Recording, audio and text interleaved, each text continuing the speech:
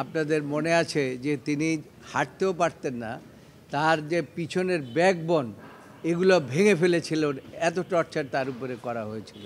কিন্তু আজকে দেখা গেল যে মামলাগুলোতে তাকে এত টর্চার করা হলো, কী কারণে টর্চার করা হলো সেটা আজকে প্রমাণ হলো যে একটা রাজনৈতিক উদ্দেশ্য প্রণোদিতভাবে তার এই মামলাগুলোর ব্যাপারে তাকে টর্চার করা হয়েছে। এবং এই মামলার মূল বিষয় যে আপনারা একটু আগেই শুনলেন, এই মামলার কোনো ভিত্তি ছিল না। এই প্রত্যেকটি মামলাই আপনার বার্ড বাই ল, এবং প্রত্যেকটি মামলাই করা হয়েছে এই চাঁদাবাজির মামলা, এবং 3-4 মাস আগের ডেট ছিল, সেই ডেট এফআইআরের তার নামও ছিল না।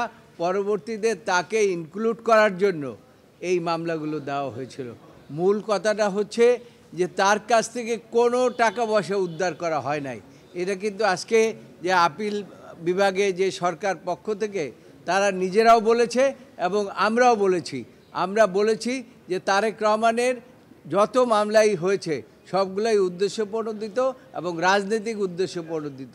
সেই কারণে তিনি খালাস পেতে পারেন এবং আদালত আজকে 4টি মামলায় ডিসমিস করে দিয়েছে। Thank you.